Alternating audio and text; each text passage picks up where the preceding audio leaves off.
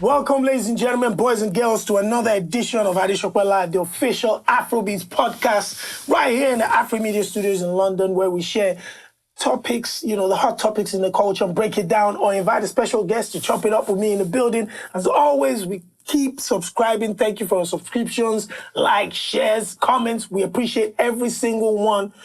Right here in the studio, just before I move forward, you already know, brought to you by the Energy God Energy Drink. Drink this and ask for nothing else. Right here in the studio with me is a superstar all the way from Lagos, Nigeria, originally. But he's now become the son of the world. From Europe, United States of America, New Zealand, Australia, Uganda, East Africa, the list goes on. This is my brother. Formerly Adekunle Gold. Now AG baby. Formerly. No, first of all, I need to say that my brother hit different because this one is real. Absolutely. I'm sure you can say that about other people, but this one. This is blood. Yeah. This is my blood. My brother, you're looking and shining like crazy, bro. Thank you, man. What's happening? Thank you. First of all, congratulations on what has been an incredible year. Yeah. Of not only dropping incredible music, but also touching basically the entire world. Yeah. Quick one. Did you see a year like 2022 coming out of the pandemic? Did you see this? I honestly didn't see it, but I wanted it.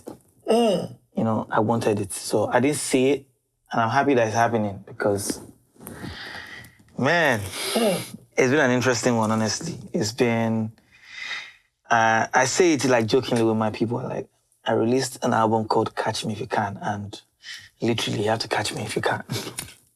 That topic in his first, the name, the title of the album in the first place, why Catch Me If You Can? Because, first of all, it's my fourth album.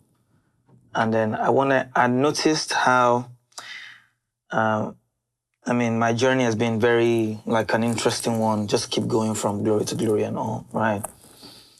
And I likened my releases, my albums as an adventure game. In an adventure game, there's level 1, there's level 2, there's different levels. So level 1 is gold.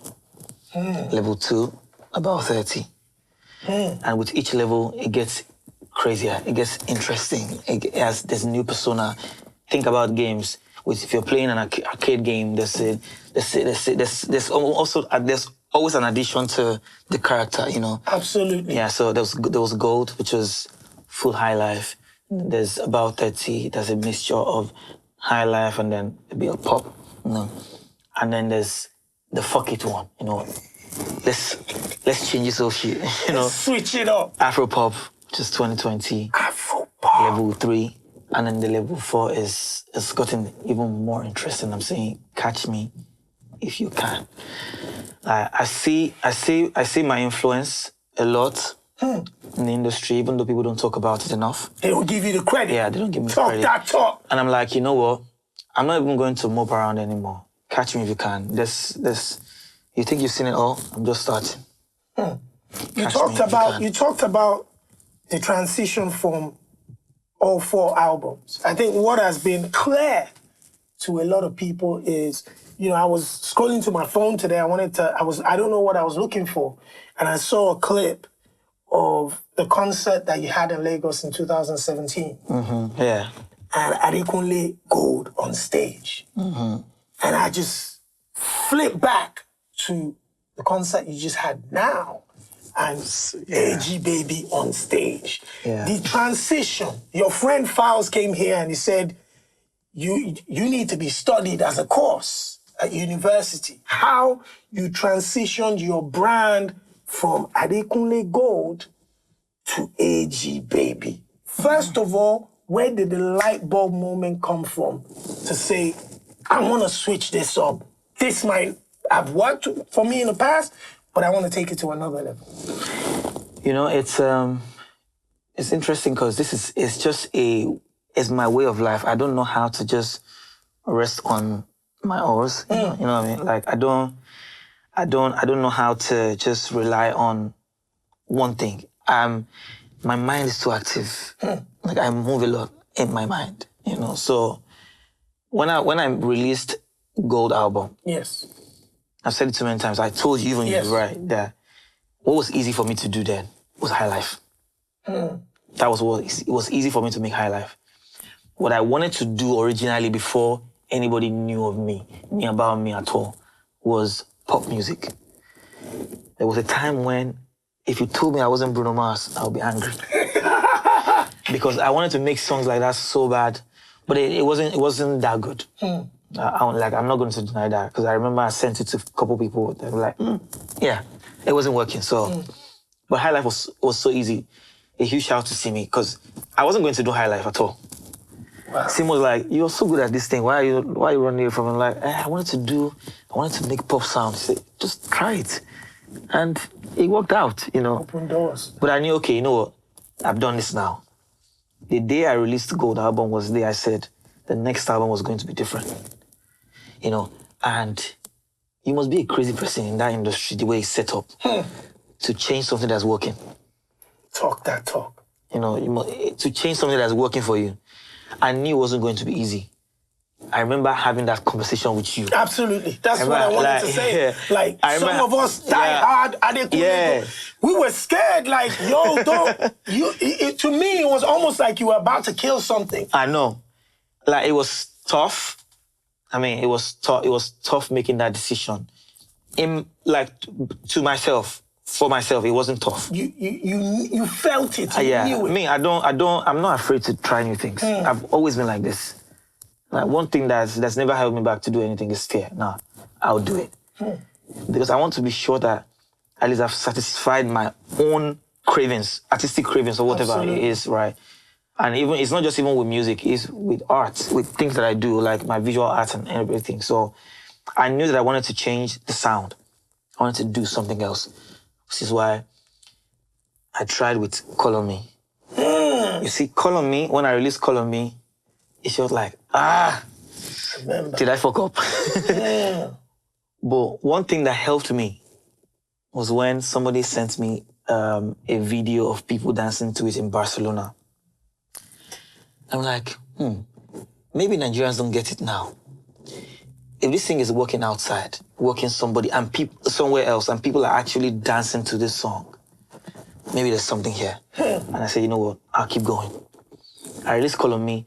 Imagine releasing Color Me after a very dope album that people are talking about, one of the best debut ever. Yeah. You know, there's Color Me, there's Ariwoko, there's, you know, back to back from that. And then you release Color Me and people are looking like, what the fuck is this guy doing? He shot the video in LA. Yeah. Everything was looking artistic. We're and like, it didn't catch on at all. But it now turned out to be even more streamed than pickup. That's when I'm like, maybe there's really something here. I just can't give up right now. I mean, I started already. I'm not want to go back. What am I going to do? Now I go back to make that kind of vibe again. Nah, I'm not going to do it. You know, I kind of did though. I played safe a bit. This is one story I've not told anybody. I played safe. After Color Me, I did Money.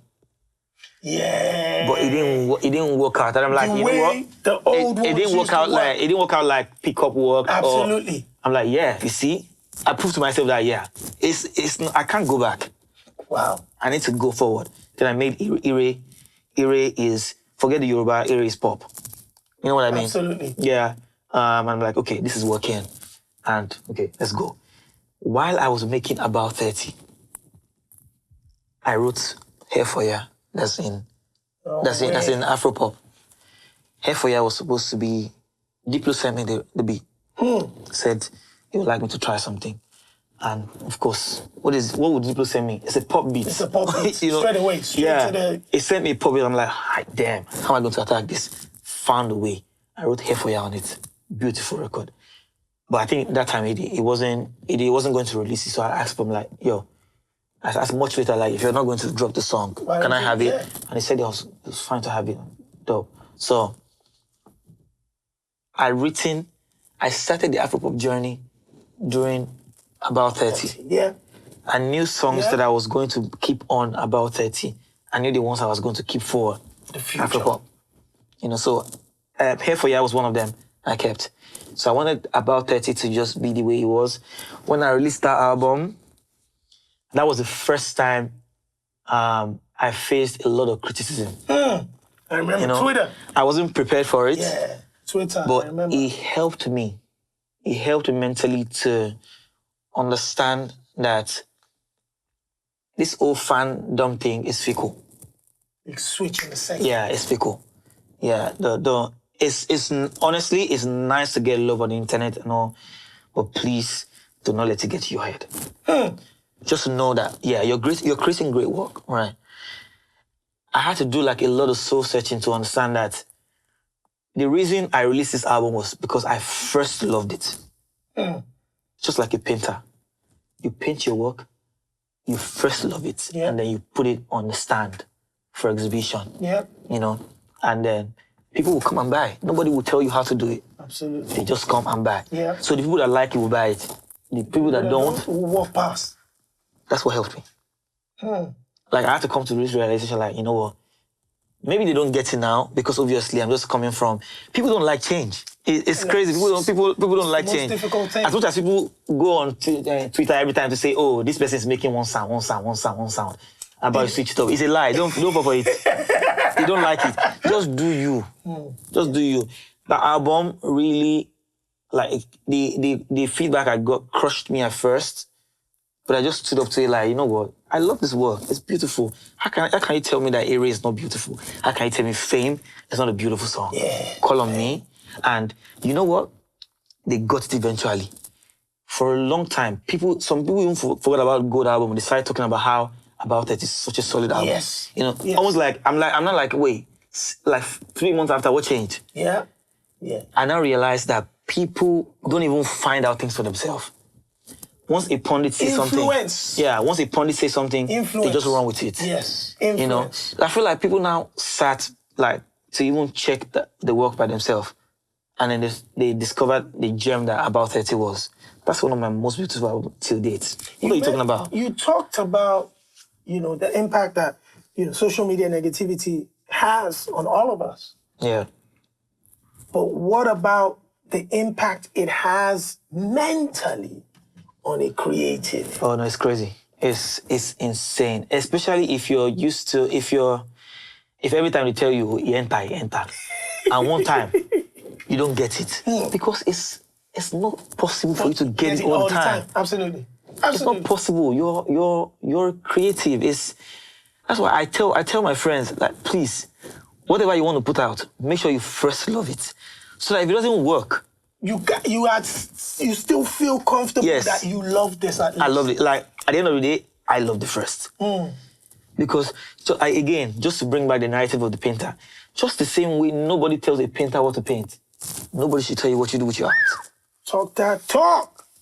Nobody should tell you what to do with your art. And if you follow trend, it's only a matter of time before.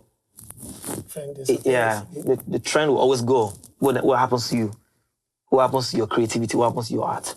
So at every point in time, I've done what I wanted to do.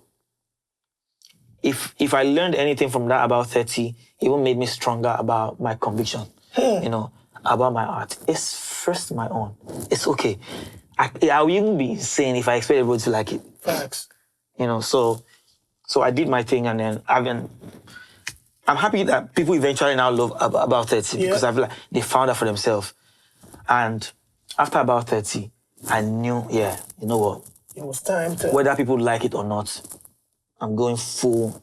What up? Now let's talk about the looks. The looks. Yeah. This AG baby look is straight out of Compton, LA.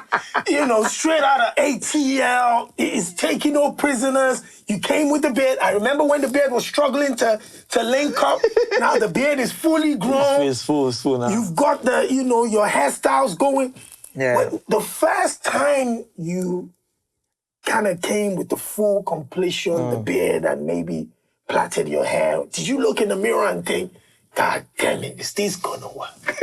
Oh, no, I wasn't afraid about that one. No, I wasn't. Is it? I wasn't. I had no fear whatsoever. Let me tell you. Girls like bad boys, right? It's not even just that. Again, don't forget, I don't do anything for people. honestly. And I need people to know that I genuinely don't do anything for people. My satisfaction, I have to like it. Facts. I have to like. If I don't like it, I'm not doing it. That's it. So, I think one day in the mirror, remember how I used to comb my hair now? Yeah. Timagbe comb kakri, almost like it was measured, like with a ruler. I liked that shit back then. I loved it. One day, because my hair is naturally like very curly. My color, whatever they call it, it's different. So my hair cannot stay that way all the time. So every time you saw me like with that punk, I had to comb with my it was too much work. But then I woke up one morning and I saw my hair rough. I'm like, wait, this is actually a P, I look different this way. I'm done doing this comb thing. So I started keeping my hair off. And then I popped one button. I saw my chest. I'm like, like to work. Even though chain Africa only Guinea, it was a wooden chain. That's what I could afford then.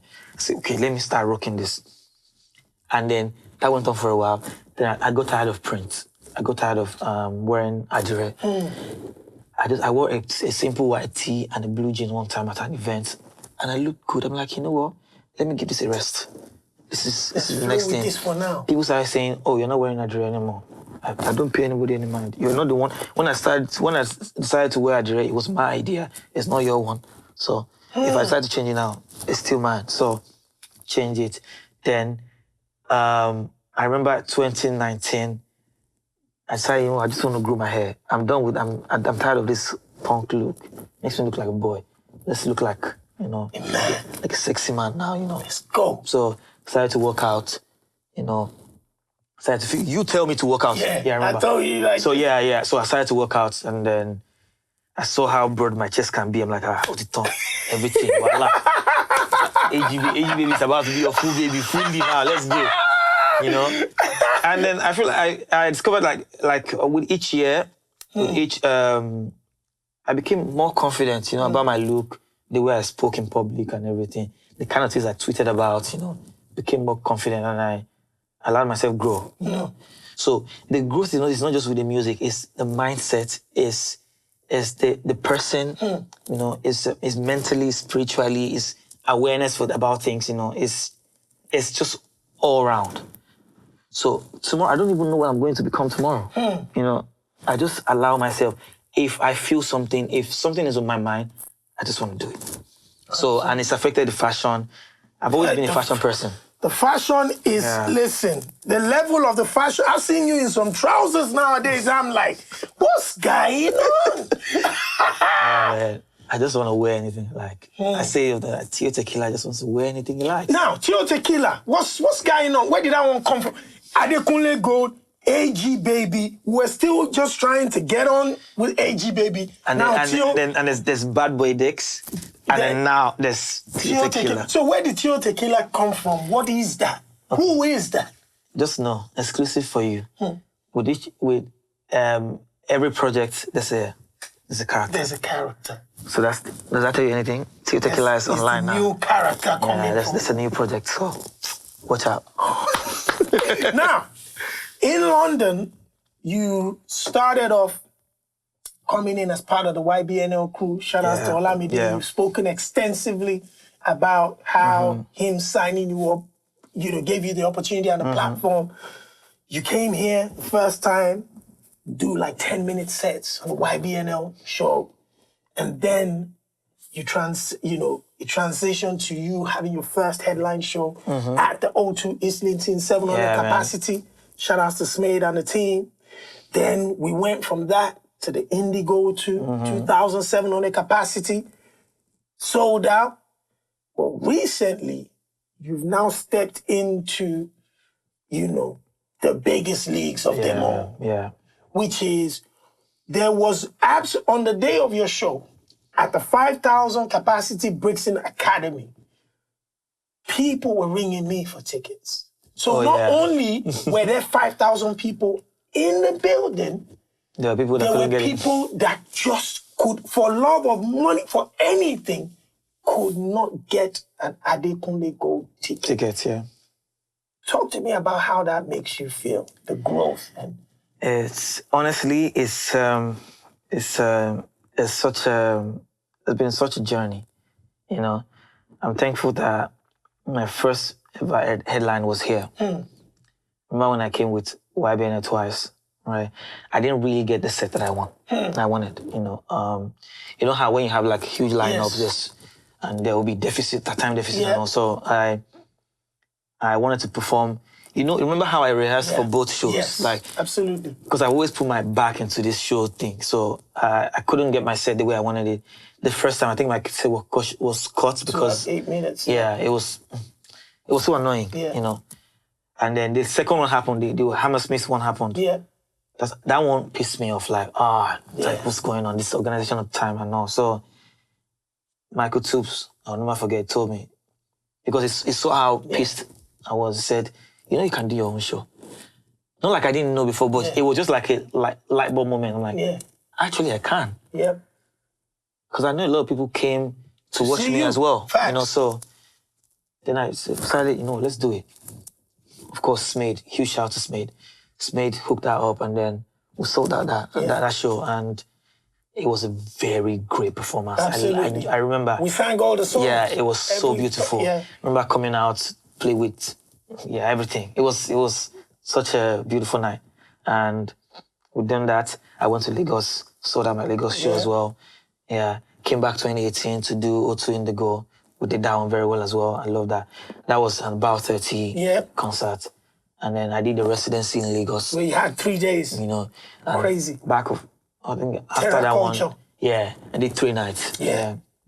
I think I'm still the only one to have done that. I think so. Yeah. So, and then I went to Lincoln Center in America to do about, I think, 2,500. You know, so that kept giving me like the boost that I needed. You know, I can do. And since then, it's just been thousands to thousands. The other day I did 20,000 in Uganda. It's crazy. You know, it's been a crazy journey. And now to doing, I'm not gonna lie, when I announced Brixton, I wasn't sure, like, because I've not played in a while in the UK. Yes. And you know how Pandemic. You know how people have recency bias. Yep. It's the artist that's on there. Yep. That's hot right now. They want to go. But how did I forget that? The people that came to both shows before will always come back because I gave a great show. Facts. You know, so if anything, these people will bring their friends. Facts. And of course, I've been having it very good, and people have been seeing my performances everywhere. Yes. You know, because I don't like to tie success of shows to hot songs. Yeah. It's never been about that for me. It's I've built a brand that people can trust. You know that you're coming to an Adekunle Gold show, it's going to be epic, and that's all I'm about. It's going to be an excellent show, and that's why people are coming out for my shows everywhere. So I'm thankful that people came out this time for me again. And next year, of course, we're taking it bigger. Listen, I've said it before. Every single Afrobeats or Afropop artist that stepped into Brixton Academy, Davido, Burna Boy, and now Adekunle Gold, both names I mentioned before you have gone on to dominate the world. Yeah. I think it is a litmus test for something that's about to be incredibly special. Mm-hmm. And your success and the way people enjoy themselves in the arena.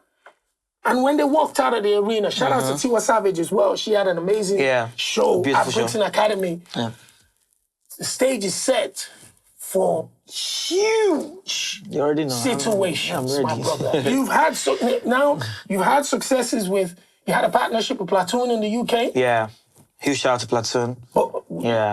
They've done so well for me. Absolutely. So well. You were one of the first people to have partnered with Empire.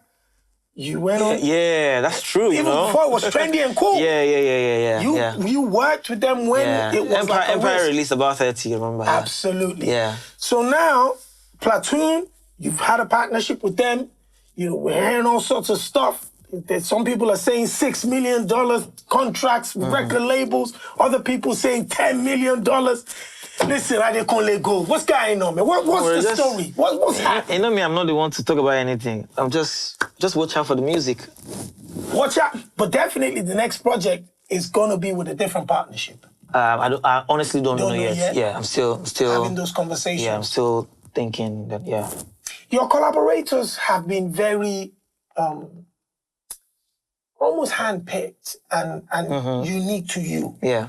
You know, I like what you did with the record One Woman, Ty Dolla $ign. That was ridiculous. Yeah, beautiful. You had, what's Day. this? Lucky Day. Man. Lucky Day. He enjoyed himself at the Bricks in the He did. Oh, he did. He did. He saw He it. loved it.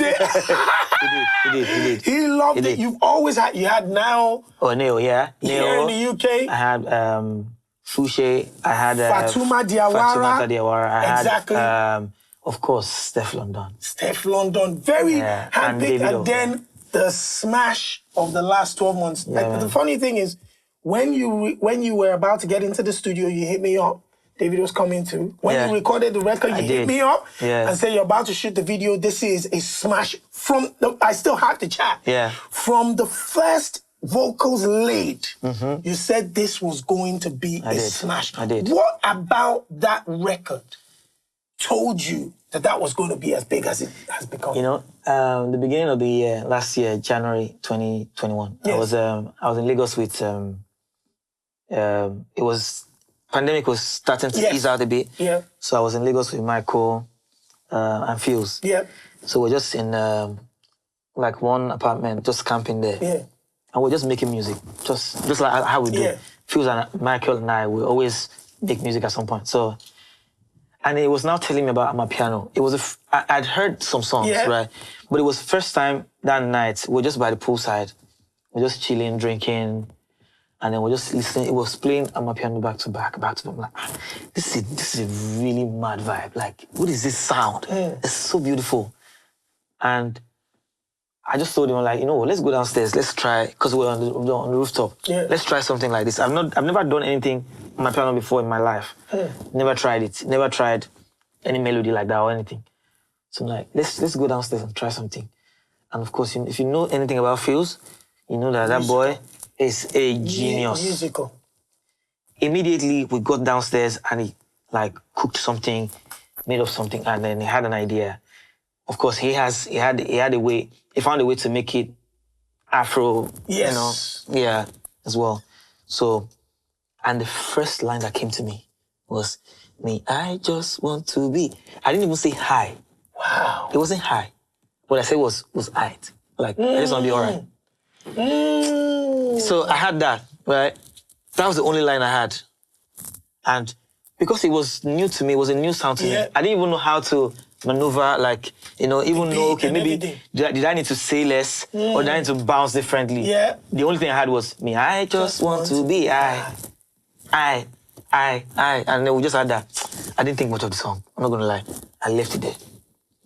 I struggled to write a verse that night. It didn't come to me. And if there's anything you need to know about me, if it's not working, it's not working. I don't stress. Just leave it alone. I just left it. Because I'll get another one and I'll do it. So, fast forward to July. I knew I wanted a song that's like more up-tempo. Yeah. You know. And usually, I have my laptop, I call it laptop record label. There's so many songs on my laptop that will never see the light of day. You know. So I just listen from time to time to see what song have I abandoned. You know, what song have I abandoned that needs to... My friends know, they always threaten me about stealing my laptop because there's so many songs that I just even don't put out. Yeah, so then I came across this song like, there might be something here, you know. And Fuse have been disturbing me like, yo, this guy, this song, something is there. You don't want to do it. Let's. I just be like, okay, we'll do it someday. Then I listen to it and go like, there might be something in this song. Like, you know what? Let me finish it. And I said to myself, for the first time in my songwriter career, I don't want to overthink. Anything that comes out, I'm just going to say anything that comes to mind, I'm just going to drop it. I'm not going to erase anything. I'm not going to edit anything. I'm just going to drop it like that. So I just went, love is not enough, baby. When I had a line, I'm like, yep, I'm onto something. And I wrote everything and I didn't change one thing. Wow. Then I was now thinking, I don't want to do this song alone. Who can make it like who can support, who can lend their voice and then just make it, even take it somewhere else. David reached out to him, sent to him, he liked it. Fortunately, I was in LA. He came to LA that time too. He was coming from Atlanta to LA, he came to LA. And then we linked up in the studio. Me and David have always been cool. So we linked up in the studio and we made the song. He wrote his verse there and there for people that talk trash about David. He wrote the verse there and there. Like, and I was like, we had then the Watimagbo. Yeah. So me and Foshere were vibing in the studio. Watimagbo, and we added that to it, like, Watimagbo, you know. Watimagbo. I'm like, you know what? This is a smash. Wow. Then I told him, yo, Alpha, let's shoot video immediately. He said, it's down. So we shot the video. And of course, I was sending them to you. Yeah. I knew that this song was going to be a smash. I couldn't explain it. I just knew it was going to be big. It's a closer. Until now. It's a closer. That song, nah, it's a blessing. Closer. David will use that to close the show in London. You've used that to, it is a closer. And I think there were moments in the past where you and I had sat at, I've forgotten what that club, I think it was Laurel London once, when you sat around the club and you looked down and you told me that, yeah, I know Peacock and Cole are still being played in the clubs, I guess, but I want... Oh, yeah, I remember. We talk too much. Nah, listen, for a long time, it frustrated. I was so frustrated that I only had Peacock in the clubs. I'm not a club artist, right? But I wanted another one. You wanted to give them something. But now, come on, there's too many. There's too many now. It's back to back. I was so frustrated that time. I remember, I was saying, oh, I want another one, at least in the club, just to go. I know this is not my goal to have a club song, but it'll be nice. Just for people to dance and vibe to. And how many years after? We have plenty. Absolutely. When we were talking earlier and you were talking about being a painter, every time you mentioned that, it always took me back to your dad. Oh, yeah. And OG. how influential the artistic genius from him flowed into you. Yeah. How important is it for a young man like yourself, a creative, to have had a father who understood creativity? Yeah. One of the things that I picked from my dad was diligence. You know, my dad made a castle out of like a pebble. I can't. When I was growing up, I just never understood it. Anywhere he went to, like if he went to a new school, if he like got like a new job in a new school, he always excelled there. He had a spirit of excellence. My dad would go extra mile to just make sure that something is like really good. You know, so I learned to make great works from him. You know, my dad was a ceramist, was a sculptor. You know, he would find ways to, when his school, KK High School, the school that I attended as well, had like, I think they weren't in the forefront of schools that had like good PR back then. My dad got there and then turned it around. In like few years, the school got like the second best school in Agege. Wow. And that was his genius. He created so many art competitions, you know, like things that made the school very edge over other ones, right? So growing up, I saw all of that. I learned from him. I learned how to create good works, and then to be socially moral. Like that's one thing you can't find. I don't have any dirt on me. Like that's because I had your job. My dad believed just do good work. It will come back. It will take time. Yeah, but I mean, so the art definitely flowed into me. I learned, and one of my best moments was painting with him before he died. I saw that video. Yeah. Painted together. That was amazing. You also, at a point, were very private about your personal life. Yeah. Your missus, even though the whole world kind of knew that was your missus, but you shielded it from the public. Yeah. But now it looks like you're more comfortable sharing that side of you. Not even a lot still. I mean, people know we're married, right? Yeah. So there's nothing to hide about that one. Fact. But still, I still saying that there's something like oversharing. There's something like oversharing. It's too much. I just don't want to be. Yeah, why? Just know my music and then know whatever I want you to know. And if there's anything to know, you already know. If you are a part of my clan, I send letters to you. And then if you listen to your music, we'll get the stories from there. I just don't believe in oversharing. And finally, the little princess that I got to see. My boss. Everybody's boss. I mean, she had grandma number one serving dinner. She had grandma number 2 I know. picking up the hand. Please, you know, it was like both grandmas was on duty. Yeah. How was that how has that changed the Adekunle Gold, the AG baby? What has that brought to? Remember, I used to make jokes about how I make school fees music now because there's anything you know about these kids. It costs money. Well, I mean, jokes aside, it's made me more aware of my journey as a man, not just one that's putting out music. I have a responsibility to raise a queen. It's crazy. It's sadly we're in a world where you have to protect women. It's Which crazy. you always said all the time. It's crazy that we have to say even phrases like that. Protect women, where women should just ordinarily be able to just do anything. You know, move freely. You know, at any time of the night. You know, be able to do whatever they want. But hey, I know I have a huge responsibility to raise a queen, and yeah, it's I'm living an exemplary life, and I'm trying my best to be a good father. Listen, you've been a good brother to me, a good friend, a fantastic musician.